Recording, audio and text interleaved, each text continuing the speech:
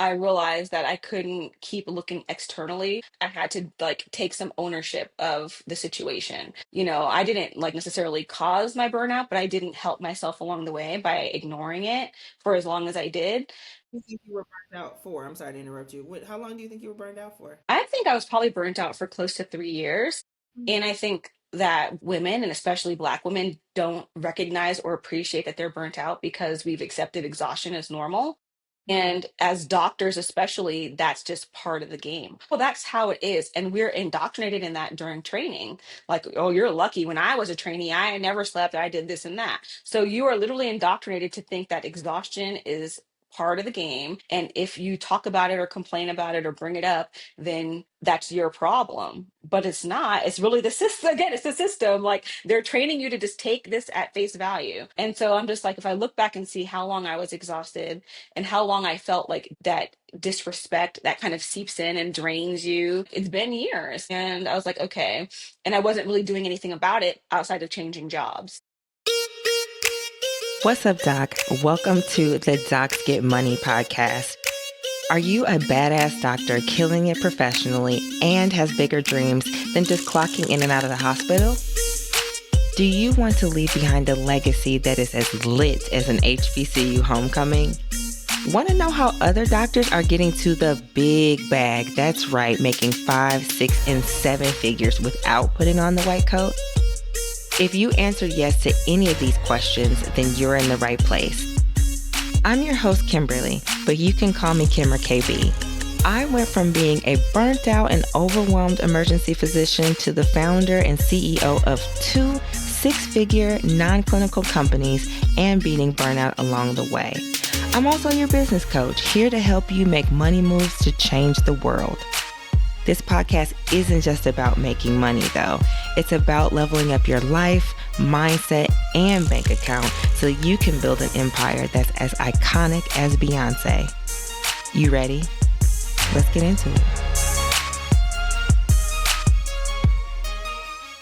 Hey, Doc. Burned out? Ready to just burn the whole hospital down? Well, let's start a fire.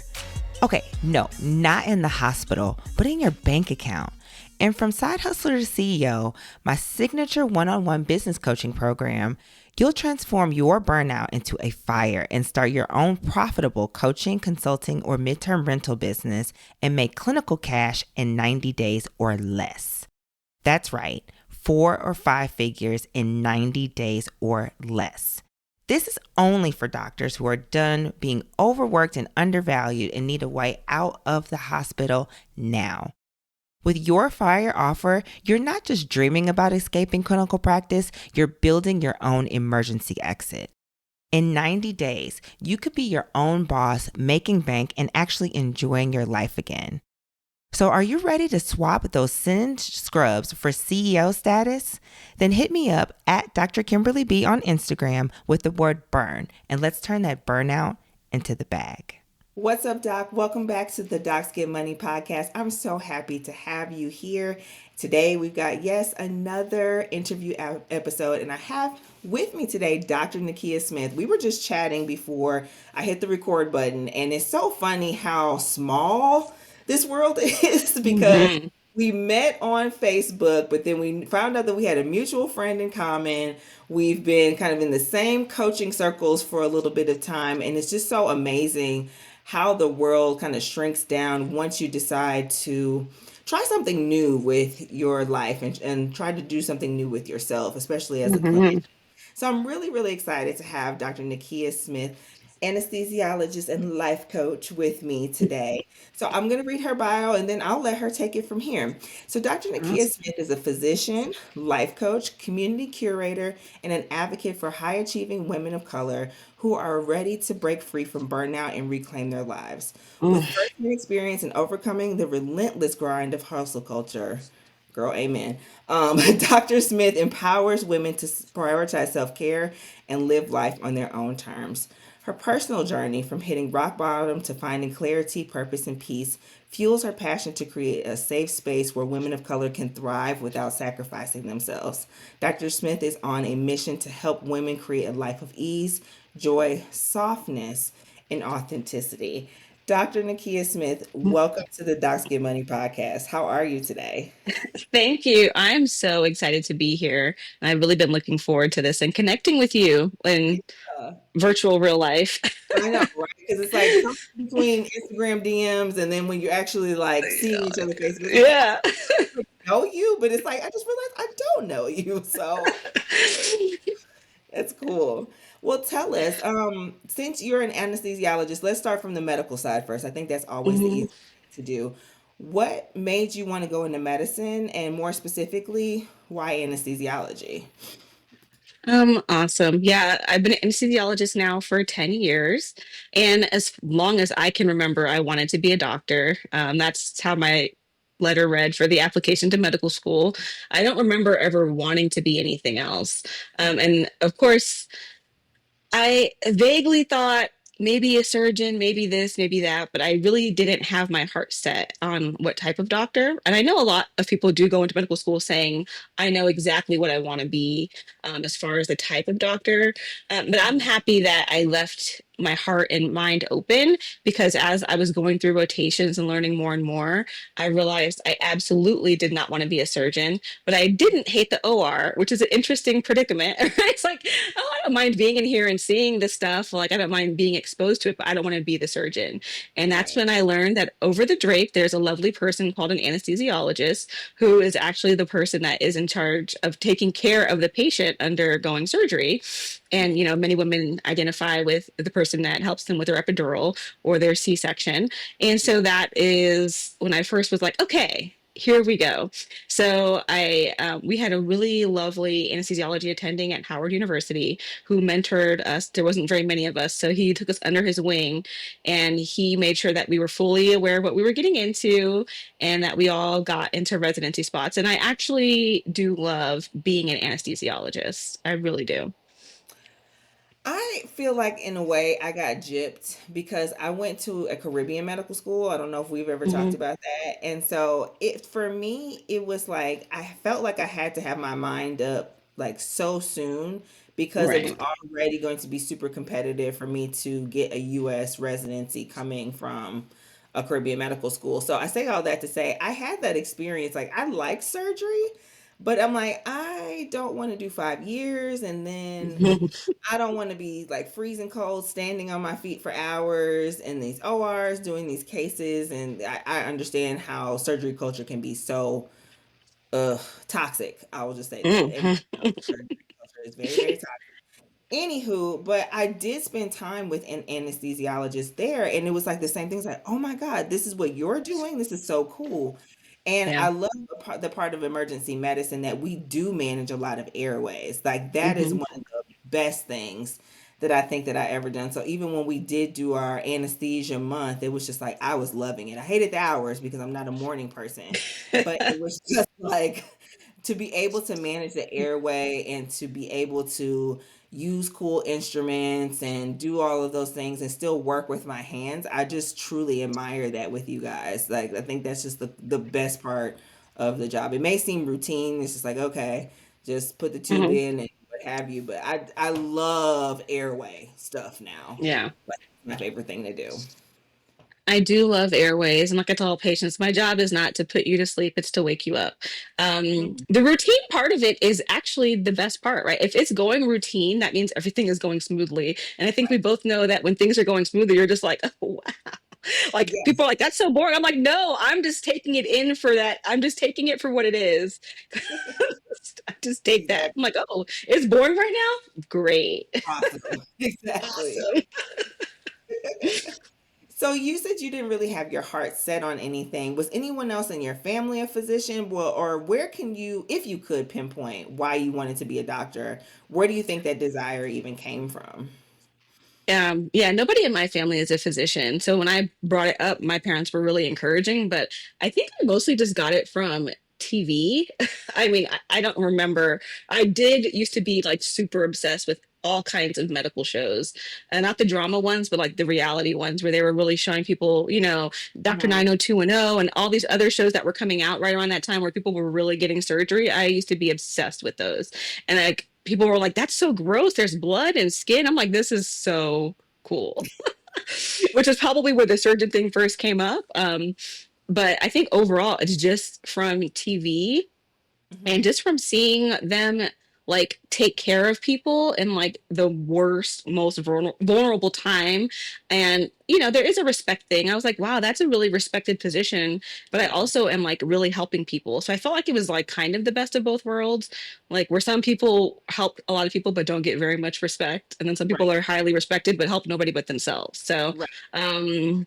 yeah, that was kind of it. I really wish I had like a strong thing. It was just something that I've kind of always felt. Hmm. No, I respect that, and especially the shows. The shows part was definitely for me. I can't remember. I remember I wanted to be a forensic pathologist for a really long time because there's a book, and they turned into a Mhm. movie with Denzel Washington and Angelina Jolie. It's called The Bone Collector. Mm, And I was yeah. like, oh my God, that's so cool. And then I forgot there was a show on CBS right around that same time when we were probably in high school that was about a forensic pathologist and how she helped solve cases and things like that. And that Hmm. kind of satisfied the doctor in me, but also like the nosy, interesting, that like curiosity in me too. And then Yeah. I remember Trauma Life in the ER because TLC Yes. was for once. It's just like we got so exposed to different types of medicine. I'm just Hmm. like, this is amazing. Like I didn't know this is what doctors were in here doing. So no, I totally identify with that. Just hearing the TV of it all and just wanting to be that. So tell us, so anesthesiology gets a bad rap because they say all y'all do is just put people to sleep and then do crossword puzzles. So how did you go from that stereotype, which I'm not saying that that was your life, but Hmm. to kind of the burnout that you talk about in your bio? So that is a bad rap. And I know that in any field, there's always going to be people who can find a way to abuse the system. And yes, if I'm in a 5 hour case and the patient is stable, I'm not staring at them the whole time, but I am staring at the monitor and making sure that everything is okay. Because even if they're stable for 5 hours, one thing can make the whole situation go from good to horrible. Right. So the fact that some people are negative is it's a thing that's in every field. So I'm just not sure why we get such a bad rap. I think personally it's because we are a medical field that is not a money maker for the system. And Hmm. that's why that gets to be perpetuated because every other field they get to bill in a different way than anesthesia gets to bill. So we are required because you can't do surgery without us, but we don't bring in our own patients. Like the Yeah. emergency room, you don't bring in your own patients, but you stand there and patients come in willingly. Nobody comes in for anesthesia. They come Yeah. in for surgery and then they have to get anesthesia. So Yeah. the surgery brings in the patients, the surgery brings in the money, and the surgery bills for the money, and then they have to pay us out of that money, which is. But Hmm. either way, I do think that that is an issue that some of the systems have, and that's why they let this type of propaganda be continued. Um, However, that's just not really the reality of it because at the end of the day, this is the person that is literally responsible for you when you are unconscious or giving birth or having a trauma or whatever it is. And so we have a lot of pressure on us Hmm. and some surgeons, not all, but some surgeons do not know their patients as well as they should. Hmm. And so you can get into sticky situations where the surgeon is focused on the issue, but the anesthesiologist is focused on the patient. Yeah. And those are different. Like if your heart is failing, but your foot is broken, then the surgeon is like, I have to fix the broken foot. And we Yeah. all agree that the foot is broken, but you are in heart failure. And if I give you anesthesia, you can die. So do you want to wait on your broken foot and might not have a great, success rate, or do you want to wait a day until you're compensated in your heart failure so that you don't die during surgery? And that's Yeah. where the burnout comes in because you are constantly not arguing but like having to hold your ground, like this shouldn't happen now, and the patient wants the surgery because their foot is hurt or broken, and the surgeon wants to do the surgery because that's their job, but my job is to protect you. And then Yeah. you can get pushback from a lot of different angles, from the patient, from the surgeon, from the family, from the Hmm. insurance providers, from the hospital system. So it does take its toll. And then we do work the same hours as the OR. So like those hours are the same. So it's can be long days. I one time worked like almost 24 hours, and we take call, and the whole point of call is that you're not supposed to be working the entire call, but Right. it can happen. And so you can be up working really long hours, and that will cause physical and emotional exhaustion. Like juggling everything causes all the exhaustion. And before you know it, you are burnt out. Yeah. In one, a couple things. I didn't even think about that. It's like, yeah, when you walk into the hospital, you're coming for your surgery, like you said, not necessarily, oh, I'm here to see Dr. Smith, the anesthesiologist, to do X, Y, Z. Hmm. They have flu. They're just going to be assigned to someone. I was also going to ask, how does the invasion of anesthesiology with mid-level providers also contribute to your burnout as well too? I know historically nurses did Hmm. do the anesthesia care, but still there's a difference in training between CRNAs and anesthesiology assistants, and of course an anesthesiologist. But how does that interplay, would you say, impact your burnout as well too? It definitely impacts the burnout. So that has been a model that has been long standing. It's a model I was trained in, and in the right time and place, it works well. Where you have a CRNA doing the direct care and you have a physician supervising. But insurance wise, right? Because the system is run by the insurance, they are allowed to have one physician supervise for CRNAs. Whereas if I was doing my own cases, I would be one to one. So all I can really focus on is the patient that I just took care of in the PACU and the patient that is in my care right now. And that's all I can really focus on. But if I'm one doctor and I have four CRNAs, then I also have four patients. And so I have to know each patient's medical history, surgery, complications, risks, all these things, and keep them clear in my head because at any moment the CRNA will be calling me for a question or to troubleshoot or run something by me. And I have to know that patient. So now I'm going from being concerned about one or maybe two people to be concerned about four to up to eight people. Hmm. And that's very difficult.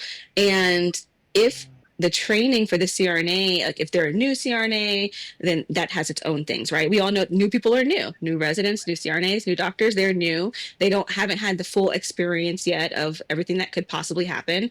Things don't go as they're supposed to go in the textbook, and you have to troubleshoot and continue on.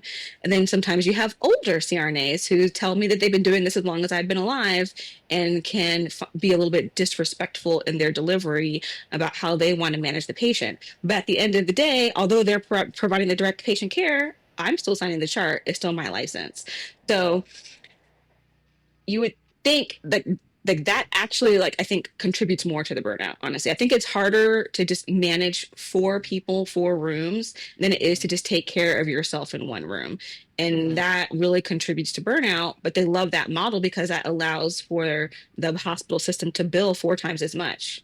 Hmm. Hmm. And get more money and all of Yeah. those So things. it's like, yeah. So it's and again, it's the same. It's physical because now I'm running around four rooms instead of sitting in one. It's mental and emotional because now I'm pre-oping and, keeping clear four different patient histories and surgeries. And then I'm dealing with four other people. So I'm dealing with four CRNAs, four surgeons, four patients, and four families about what they think should be done. Right. And yeah, that's a recipe for disaster.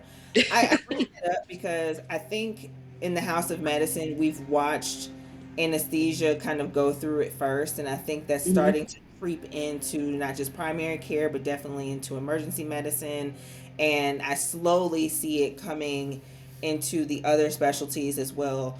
And I think one thing that we don't talk about enough as physicians is a part of our burnout is the system by which we are working, where we are forced to Mhm. supervise people with less than half of our training, maybe a tenth of our training, if we're really giving them Mhm. their credit and their due. But they are still fighting to be called doctor, to be respected as doctor. I do the exact same thing as a doctor, and it's devaluing and demoralizing for some of us that have spent the 4 years of undergrad, the 4 years of medical school, the 4+ years of anesthesiology, plus or minus Mm, a fellowship, just to be standing here to be saying, well, I'm your cardiac anesthesiologist, or I'm your pediatric anesthesiologist, or whatever specialty that you are.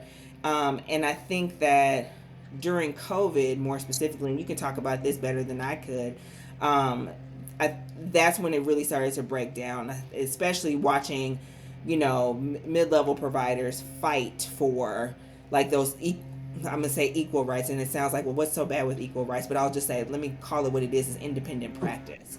Well, they mm-hmm, still do need us, and our licenses are still on the line, even though we cannot be in the room with all of these people and know exactly what's going on. We can only advise you, but at the same time, it's our license that if there's, God forbid, something that happens, we're the ones that are going down mm-hmm. for it. We don't have the same liability. So, Yeah, and I agree.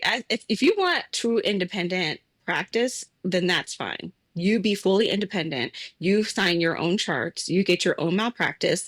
And when something goes wrong, it's on you. But at the way that it's practiced, if something goes wrong, it's still on me. And that's really just bothersome. And it does contribute to the burnout of us because now we're not responsible for our own decisions. We're responsible for others' decisions. And even if we advise them or educate them to do otherwise, and they do against what we say, we're still responsible. Like, how is that a possibility? right. So that is definitely bothersome to me. And I'm just like, if you want to be independent, then be independent. But if you want to be under me, then you have to do what I say.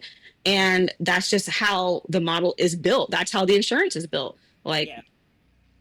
Yeah. so it is like, and during COVID is probably when I got most of my, like, probably didn't get most of my burnout is when I started identifying that I was having burnout because I felt like at first it didn't feel like burnout. I felt like I just needed a new job or, I needed this or that. But as I changed from job to job to job, and then during COVID, when we were doing less cases, but I was going into COVID rooms and intubating patients and risking my life every day, but still not getting any respect, it was very evident like, wow, the system is not made to really, respect us. It's only really made to exploit us. And that's when I was like, that's why I'm burnt out. It's like the system.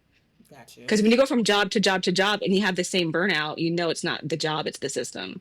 Right. It's a system. Tell me more about what happened and take me into detail about how you hit your own, I'd say your own rock bottom and your own Mhm. burnout. So during COVID, like we were not doing elective cases because of COVID. So we were only doing emergency cases and then but we were intubating so many patients that were coming in with COVID and having respiratory failure. And so it was quite difficult.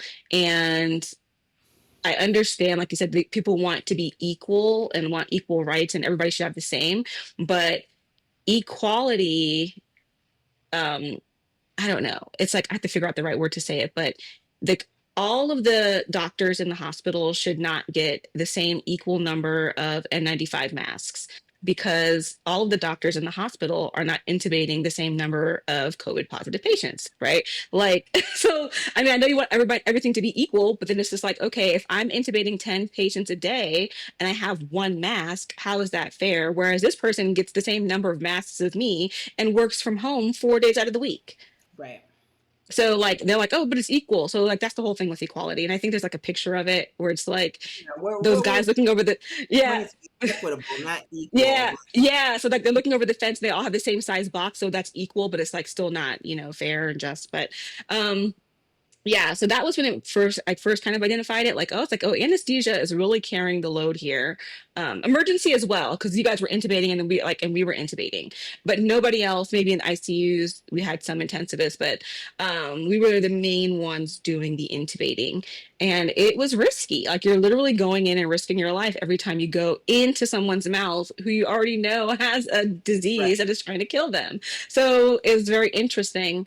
And then the sacrifices as well. Like it wasn't that I was just doing this because it is my job and I signed up to do this, but I couldn't go to events, personal events, because I was exposing myself to COVID every single day and I couldn't expose anybody else. So I couldn't go to graduations, and I know they were all like small and wherever, or even to drive-bys. I still wouldn't do a drive-by.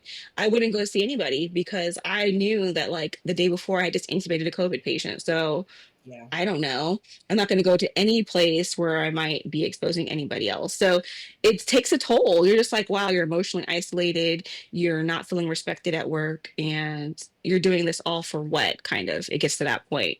Um, so I ended up leaving. I was still in Baltimore at the prime of COVID, and then I moved to Las Vegas. And I thought that this job would be better and different, which I thought every time, but it wasn't. But at least during this job, when I realized that it wasn't better or different, it was just more of the same. I realized that I couldn't keep looking externally. I had to like take some ownership of the situation. And I didn't like necessarily cause my burnout, but I didn't help myself along the way by ignoring it for as long as I did. And I How long had do you to think you were just, burned out for? I'm sorry to interrupt you. How long do you think you were burned out for? I think I was probably burnt out for close to 3 years. And I think that women, and especially Black women, don't recognize or appreciate that they're burnt out because we've accepted exhaustion as normal. And as doctors, especially, that's just part of the game. Oh, that's how it is. And we're indoctrinated in that during training. Like, oh, you're lucky. When I was a trainee, I never slept. I did this and that. So you are literally indoctrinated to think that exhaustion is part of the game. And if you talk about it or complain about it or bring it up, then that's your problem, but Yeah. it's not. It's really the system. Again, it's the system. Like they're Yeah. training you to just take this at face value. And so Mhm. I'm just like, if I look back and see how long I was exhausted and how long I felt like that disrespect that kind of seeps in and drains you, like it's been years. And I was like, okay. And I wasn't really doing anything about it outside of changing jobs. Mhm. Mhm. Yeah, because I just realized what you said. You were in Baltimore and you moved literally across the country, thinking Hmm. like maybe, just It's got to be maybe, better over there. It's got to be better over there. Vegas at the end of the day. We were just talking about the shopping, the food, the this, the It's that. got to be better. Got to be better. But no, it's not, because it is the system. So once you realized that you were burnt out, once you realized that it is not you, it is the system, what happened next to help you to change your situation? How did that Yeah. happen? So I'm no stranger to at this time, at that point, it was one, two, that was my third job out of residency. So I had already experienced different jobs. And so I did find a new job, but instead of just finding a new job and taking whatever job was offered, because I feel like you get so desperate and so exhausted that you find something new and you just take it because it's got to be better, right? Like that's why it's got to be better. But now I was getting more clear on what I actually wanted, right? Like I can't just take a job that they say is going to be better. I know what I want now. Like I took that time to do the work. I'm like, I don't want to do this anymore. I don't want to be on call anymore. I'm done being on call. I don't want to do this anymore. I don't want to do that anymore. And so I actually brought that up to my current job. I'm like, listen, I don't want to do any of this anymore. Is there any way you guys can make this happen? And they were like, no, that's not, that job doesn't exist, girl. You tripping. I was like, okay, bet. And, I went about my business and I kept saying what I didn't want. And that, because people are always like, I don't know what I want. And I'm like, well, start with what you don't want, and then you'll figure out what you want. So I was like, I know I didn't want to be on call. I know I didn't want to work so many weekends. I know I didn't want to work holidays. I didn't want this and that and that. And as that unfolded, it became very evident that I wanted to do outpatient ambulatory anesthesia because surgery centers are only open Monday through Friday and they don't typically have longer hours. I mean, they can run long, but anything can run long, but they're not going to be operating all night. They're not going to be operating on weekends and holidays and whatever. And as soon as I figured out what I wanted, my friend was like, oh, here's this job. And so I found my next job and I was there for a couple of years and it was better. And then I had more, I don't want this anymore either. And that's fine, right? Like Yeah. people think it's all or nothing. Like, well, like so burnout is not all or nothing. You're not going to feel good and then be burnt out. It's a slow progress. Like I always say, it's like boiling a big pot of water on the stove. For the longest time, nothing is happening. Nothing is happening. Nothing is happening. And then suddenly you look over and the shit is boiling and overflowing. And that Right. is burnout, which is why I think it was like 3 years of a slow fester. And then finally I hit my boiling point. So people are like, oh, I'm not burnt out. I'm like, you're just in the middle of it, maybe, or the beginning. Like, you don't know how long, like, how much longer can you do this, though? How much longer Mhm. can you be in this space doing this before you think that you will kind of, have a breakdown? And then the recovery is not like, okay, I go away for a week and I feel better. Like, no, it takes a long time to get your system regulated, to get your boundaries strong, to get clear. Mhm. And you move through so much exhaustion and tasks that you don't think about like what you actually want and take this time and space. And so I gave myself that. And then as I was doing that in this job, I built out time. Not a lot of time, right? Like I was like, okay, but I went from working so many hours to this many hours. Now I've built myself 10 to 12 extra hours a week that I haven't had for years. Hmm. I was like, oh, I have never had this much time since I was an undergrad. Hmm. Man, those were the days. Right. I was like, "Huh, when have I ever had time for this?" So now, from residency to fellowship to hospital work, 24-hour calls, in house calls, blah, blah, blah, blah, blah. Now I'm just doing Monday through Friday. Some days I'm done. I was like, oh, I'm done. It's 2 o'clock. Like, and now so now I'm just building out this time. And so Mhm. for a couple of years, that was enough. It gave me time to start reading again, Mhm. start picking up hobbies, starting to do Pilates, starting to do these things.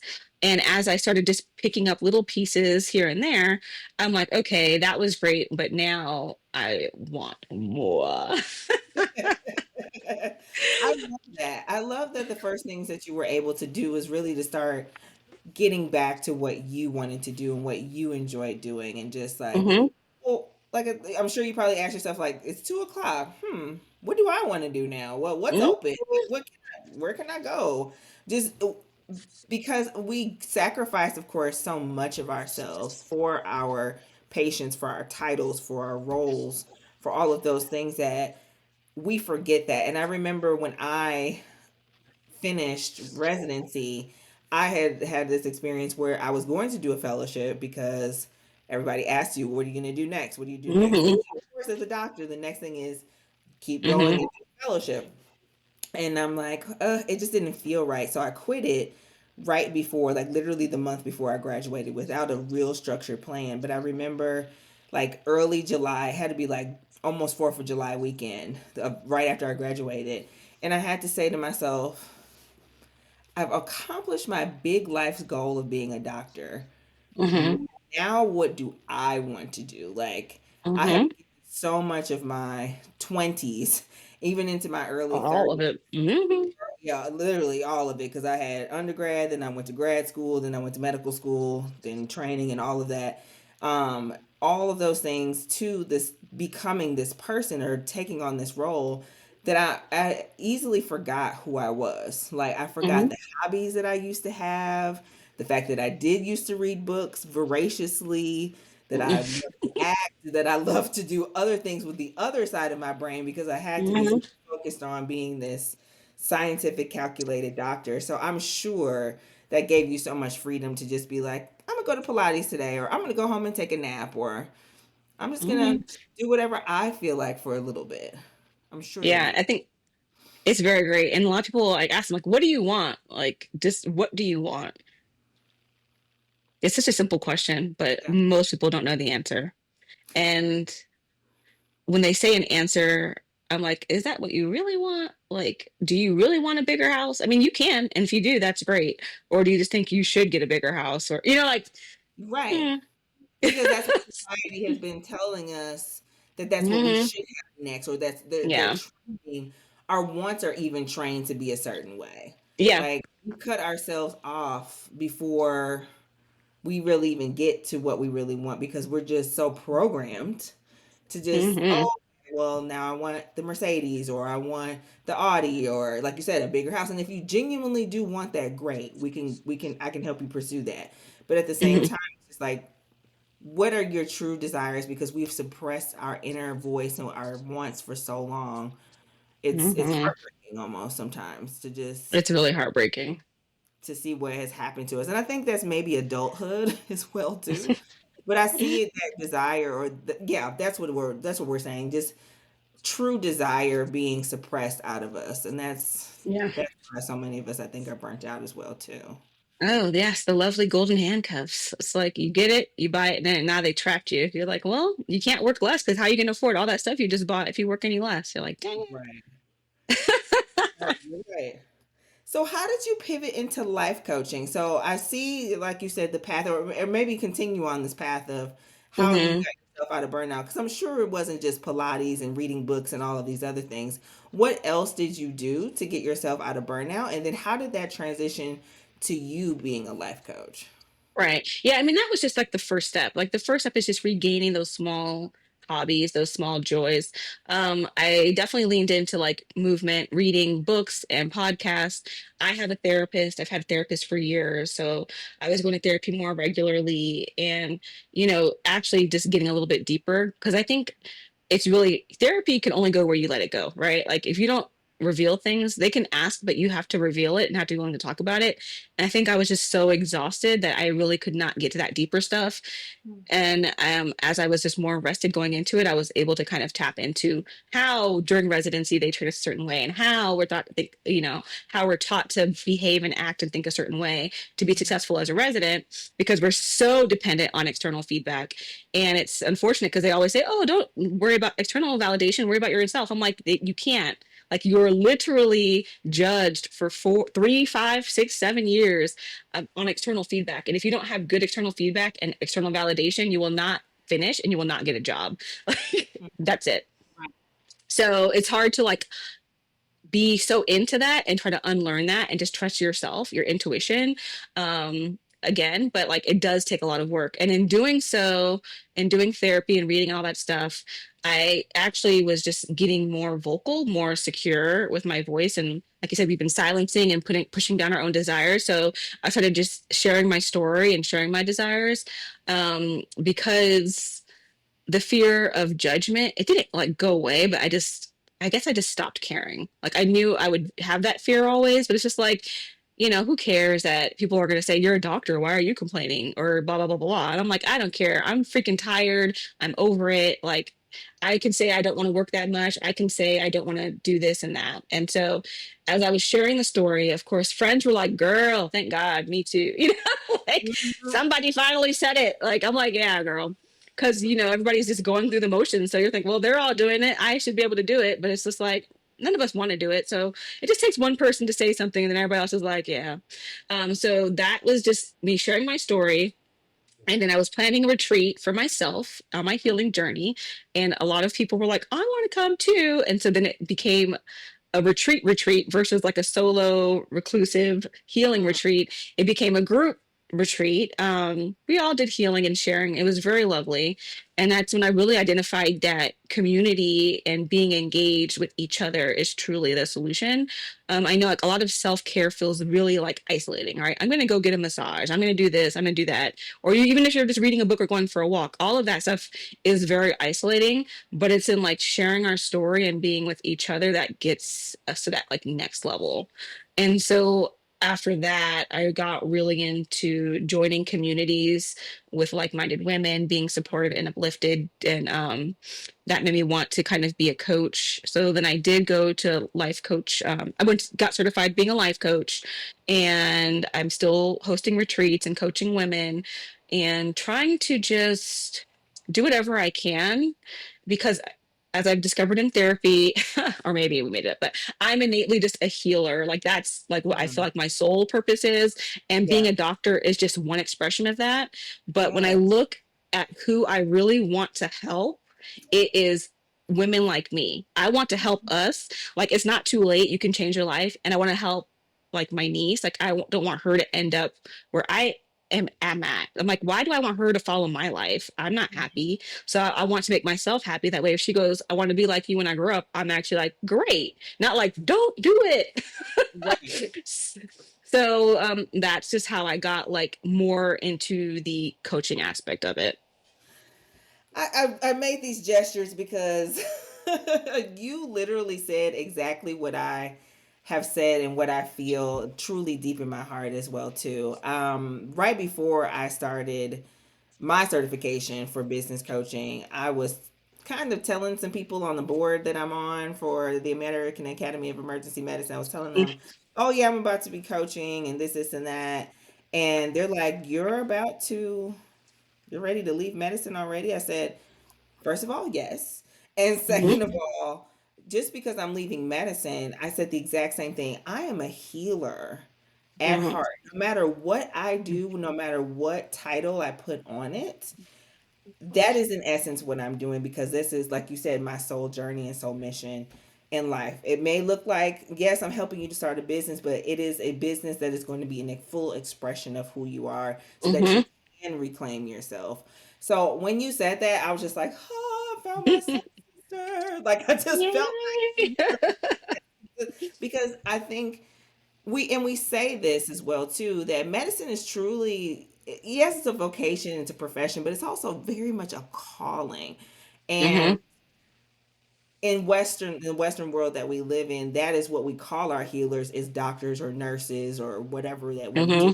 But yeah, I just truly connect with that. Like, no Yeah. matter how we decide to show up, whether we put on scrubs, whether we put on a white coat, whether we walk into the OR or into an emergency room or wherever we're Hmm. at the essence of what we do and who we are healers. And we can't forget that. But I find, as a pivot to that, that a lot of physicians that I do help, or are interested in starting their own business, they see it as like they have to stop being Hmm. that healer in order to be that entrepreneur. They have to stop being a doctor in order for them to be a coach or Right. whatever they're going to be doing outside of that.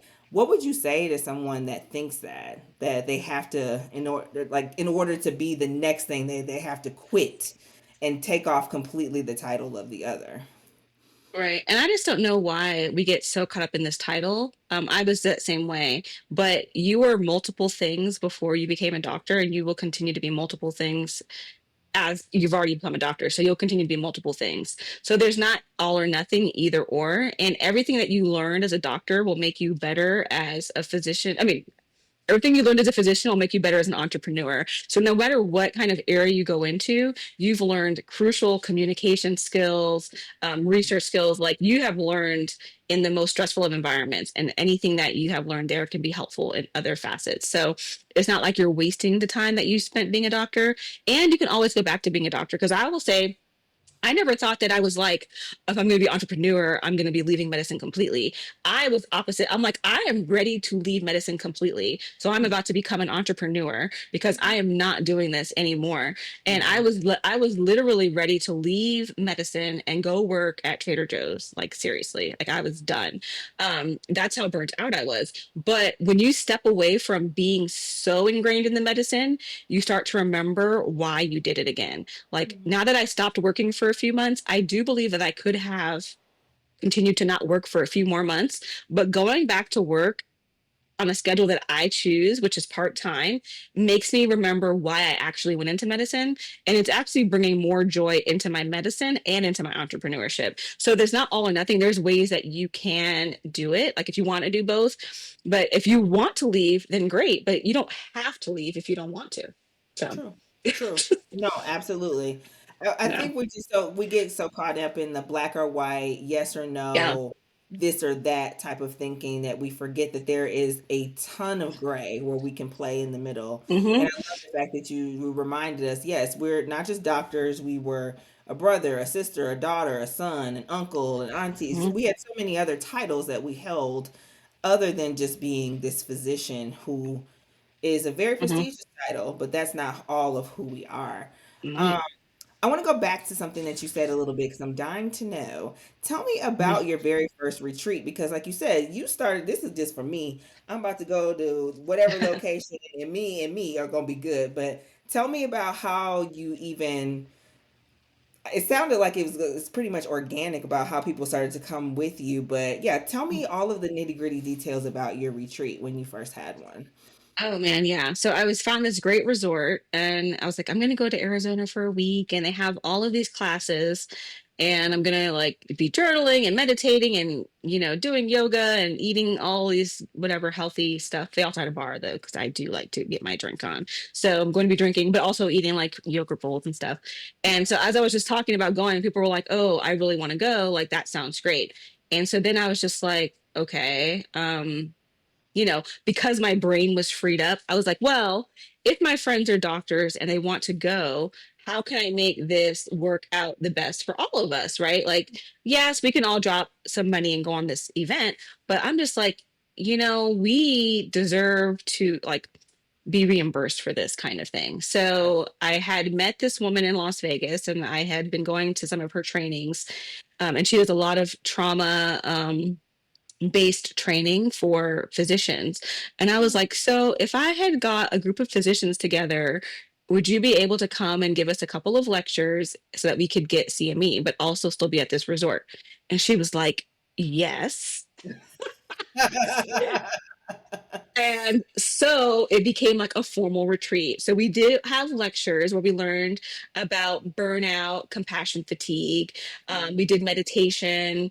We learned like we learned about whatever we wanted to learn about. And that was what I felt was the best because she was like, you just tell me what you want to learn about and I'll figure out a way to make it a CME. Hmm. And so that has been helpful because yes, you want to go to a nice resort and be able to use your CME money, but you also want to actually take something away from the retreat that you want to learn about. Versus, I mean, yes, we do want to go and learn about updates in emergency medicine or anesthesia news now, whatever. But like, we want to learn about ourselves and why we feel the way we feel, and how to communicate better and how to prioritize ourselves better. And so, like, we did lectures. I've had 3 retreats now, and they've gone from burnout, compassion fatigue, setting boundaries, effective communication, perfectionism, because hello. We're doctors. Yeah, we're doctors. coping mech coping mechanisms because everybody has them, and how to identify better ways. They call adaptive coping versus maladaptive coping. So just things that we're dealing with. So like before the retreat, I just talked to a lot of my friends and people who are coming, and I'm just like, hey, what's going on in your life? What do you want to know more about? And we actually learn that in real time, and then we connect with each other, we share stories with each other, we Mhm. still eat and drink and go do fun aerial yoga classes and numerology courses. We go to the spa and the pool. And overall, everybody just leaves feeling so much more full. And that's the whole point. Like, you got to fill yourself up. And Right. I find that when people say, "Oh, I'm going to go on vacation," but I never find my vacations very filling because maybe because I'm the one planning them. Like, if you're planning the vacation and like booking the flight and the hotel and logistics and where are we going to eat and what time and this and that, I mean, are you really that relaxed at the end of that vacation? No. So this one is just like you just show up. The food is there. You show up. You sit in this class for 3 hours. You go by the pool. Like the hardest decision you have to make is, should I take a nap or go to the pool? Like that's what I want your hardest decision to be. Or should I have the salmon or the steak? Like those are the only hard decisions that you make this weekend. Like, what should I eat now?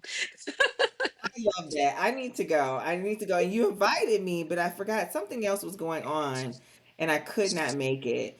Let's talk about a little bit. I love the fact that it seemed like your marketing of it was very organic. Hmm. And just literally just needs based on what you felt like your community needed. You said something else earlier that I guess I want to circle back to community and the Hmm. importance of that. Tell me a little bit more about what you've learned about community and how it's been a part of your healing journey, and maybe some of the people that have come along with you to your retreats and how the community has helped heal them as well too. Hmm. So, I mean, community is very important. And I think I've always been like a very friendly person, but a lot of my friends didn't know each other, right? And a lot of them have different aspects that would make them connect in different ways. Like, I'm not a mother, but a few of these women are mothers, and then I'm not this. And so it always would be like someone was telling me something, and I'm like, oh, my friend so and so went through a similar experience. And I would try to educate them based on like what I know from the situation. But in all honesty, it would be best if they connected and bonded and healed each other over whatever shared experience they were having.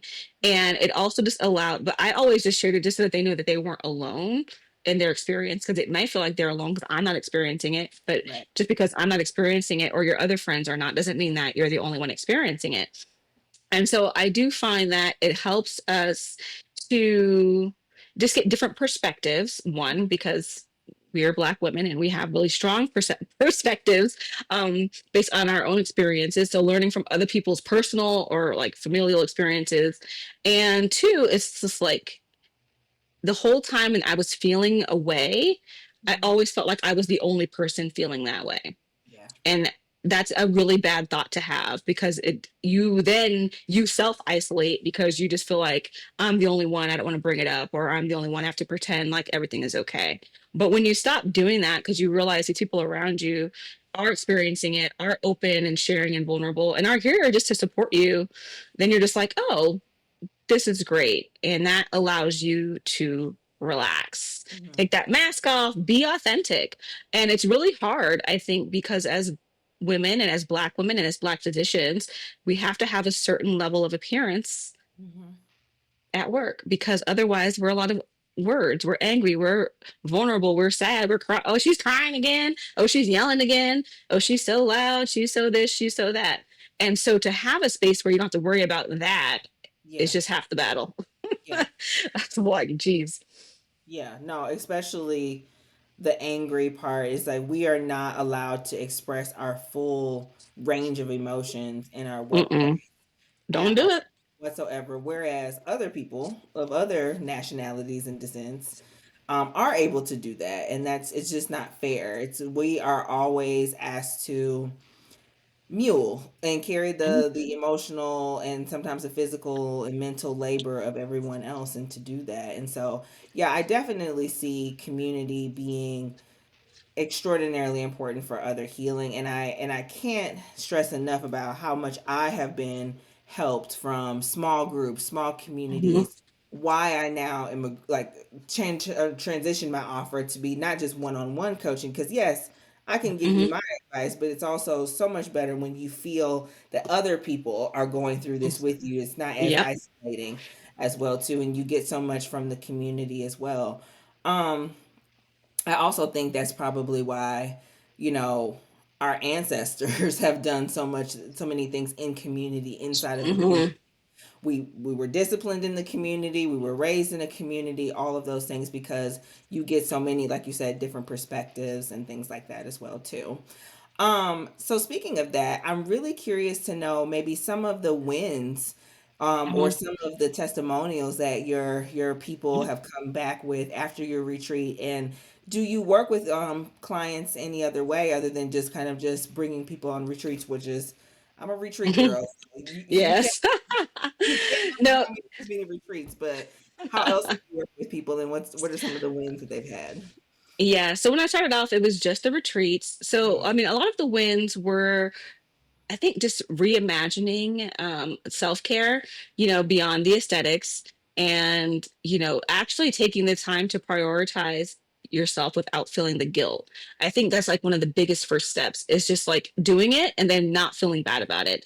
Mhm. And because the less you feel bad about it, the more you're willing to do it. And I know it's just hard for people, like, oh, if I sit down, I feel guilty, blah, blah, blah. And so that's something that I worked with a lot of the women in the first retreat. So I think that that is a great win. I had a big win where almost everybody came back for the second retreat, which means they obviously loved it. Um, a lot of the women have connected in person and online with each other. And we still do meet up on Zoom since we're all over the country, to do Mhm. catch ups and check ins, but like, they're meeting with each other and they're relying and supporting each other, which I think is very helpful. Um, and then I am now offering, I'm still hosting retreat this year, but I do offer one on one coaching. And like you said, I am working on, um, structuring my framework to be more conducive to group experiences. So that will be launching later this year, where I'll be doing a group coaching experience, one on one coaching, the community, and the retreat. So it will all be kind of housed in one bubble. But yeah, that is the overall goal of the business model for me, is to get these women into community, engaging with each other. If they need coaching, they can. If they just need community support, they can engage with each other, and they can come on a trip for a really fun but educational Mhm. experience, and educational like in self-education and self-awareness and self-love and self-compassion, not all that outward stuff that we're so focused on. Yeah. I'm going to throw a devil's advocate question at you, because I Hmm. feel like there's someone that's listening that says, "Wow, that's amazing. That's really cool that's your business."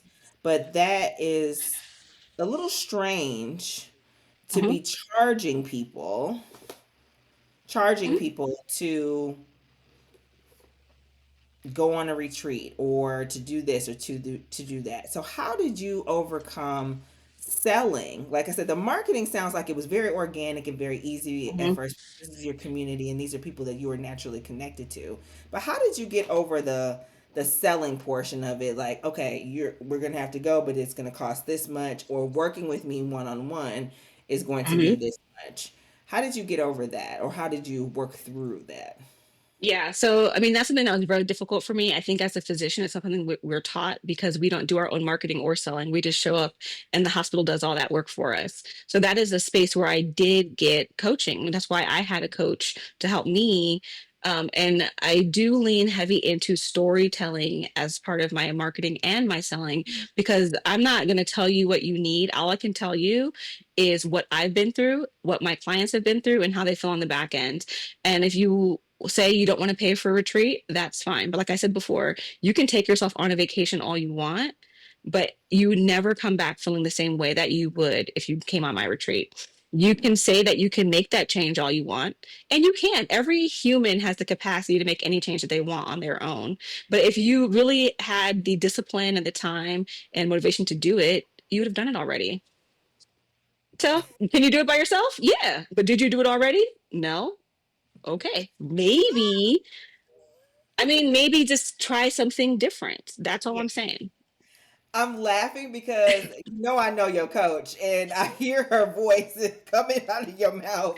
And I know you could tell I've been coached, right? Like I was like, Yeah, well, yes, I got coached on this, but yes, you can. You don't have to pay for a community, but do you go out and meet people who are on the same journey as you?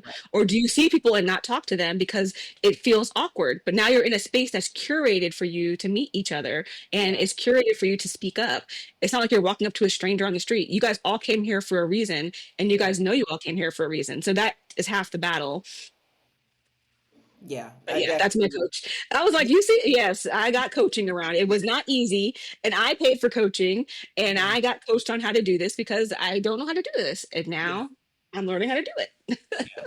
Do you feel like being coached on the business side has been, well, how has it been being coached on the business side? Because you found your own process and you're creating your own process as you're living Mhm. your experience and living your story. But that's a real question. What do you feel like has been the benefit to you and you meaning your life and you meaning your business by being coached by a business coach specifically?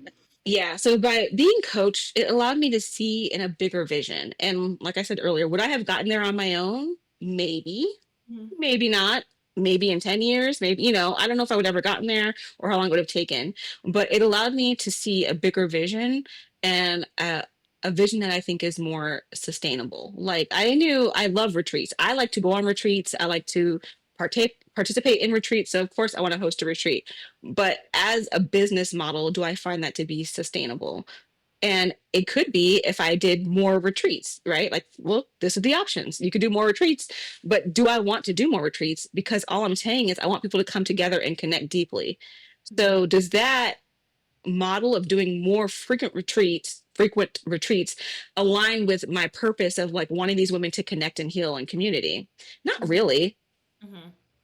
Mhm. So then it's like, so flushing that out with coaching is like, okay, then what would you do you think is the best next step? I'm like, well, I want us to stay connected after the retreat. Okay, let's build out a community where we can stay connected. And every time you go to the retreat, people come into the community and it may be their cohort or someone else, but they've all had this type of experience.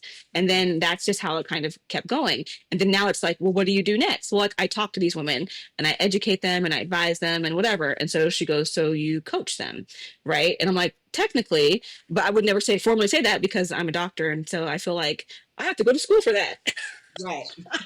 But of course, a lot of life coaches don't go to school, formal training for life coaching. But I did go through a program so that I would have a structure and a framework and a very clear vision on how I would like to coach people. And so that helped just build out my entire like kind of model and future and framework from what started out as just like my desire. Hmm. I love that. I absolutely love that.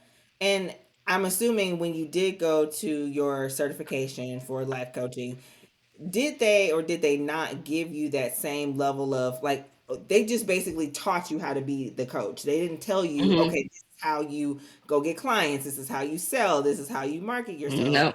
They didn't tell you any of the business structure. They just told you just how to deliver the coaching to people.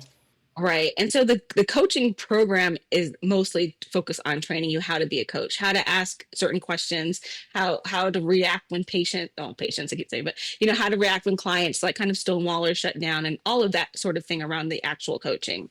After we completed the program, they do have like some continuing education type of webinars and stuff about selling and all that other stuff, but it is more broadly based. And I think it's very focused on selling one-on-one coaching. And when I went into getting my coaching certification, my goal was never to become like a one-on-one coach. My coach was to have these skills to help facilitate my community, to offer these skills, but I always was about community and group and Mhm. doing this together. So yes, if you feel like you need one-on-one or you're shy or whatever, I will definitely gladly one-on-one coach you. But like you said before, it's something the next level is like unlocked when you realize you're one, not doing it alone, and you're two, like you're not doing it alone, but you're also like well, you're never doing it alone, right? You have your coach and they're coaching you through it. So they're like a step above you, but you have all these people on the same level as you, and they're asking these questions. And sometimes it's questions that never crossed your mind. But when they ask the question, you realize you needed the answer. And Yeah. that is something that one on one coaching can never unlock. I can ask, like, just like therapy, I can ask you a question and you can give me whatever answer, and all I can do is work from that. But if somebody else has something different to feed into it, it takes the conversations in different directions, and that's how things kind of like unfold naturally, and I just love that. Yeah. Yeah. That's a beautiful part of the process. I love that. Dr. Nikia Smith, I truly think, and the history, the short history, but the history of the Docs Get Money podcast, you are the first life coach that has not just been working with people one on one, but actually started with more groups and retreats and working with people in community and then transitioned to one on one work. But I think your business model is so interesting, and I think it's so needed, especially for Mhm. women of color in high achieving roles, like you're saying, not just physicians. Yes, I'm sure the vast majority of Yeah. people are physicians because that's just the nature of what of how the cookie's going to crumble. But I love to see how you are helping people and moving forward and helping Black women and women, other women of color, really recapture who they are. So, Mhm. if someone is listening who is like, man, that sounds great. I want to come on one of her retreats or I want to work with her. How do they find you? And yeah, let us know what's up next. And you said you had a retreat coming up this year. So, Yes, I have one. I'm scouting locations. I have to get on some calls to confirm the dates, and then I'll be announcing. I am most active on Instagram, and the tag is She Is Fire Forged. I post there very frequently. Anything I have going on, I always share it on Instagram. But I also am love receiving emails. So if you want to just email me, hello at sheisfireforged.com, any questions, concerns, or anything, just to chat. I would love to talk. I love that. And this will Mhm. all be in the show notes, guys. So if you did not catch that, that's okay. If you are driving down the road, you are intubating a patient, you're doing something else, and you can't write that down, it will make sure that we have it available in the show notes for you. Dr. Nikia Smith, do you have any last words of wisdom or advice for the Docs Get Money podcast? I do. Exhaustion should not be your norm. If you go through every day exhausted, definitely hit me up. We will talk about this and we will work through it and get you in the right community, living life, living the good life, I'd say. I love it. Well, thank you again for your time, for your energy. Like I said, the world is so small, and this has been like the best conversation that I've I had. enjoyed it. Yeah, me too. So, Docs, please make sure you tap in with Dr. Nikia Smith. She is incredible. Like she said, she is all over Instagram. So, don't be afraid to follow her there. She's always got something fun on her feed. And I will catch you on the next podcast. Y'all have an amazing Mhm. day.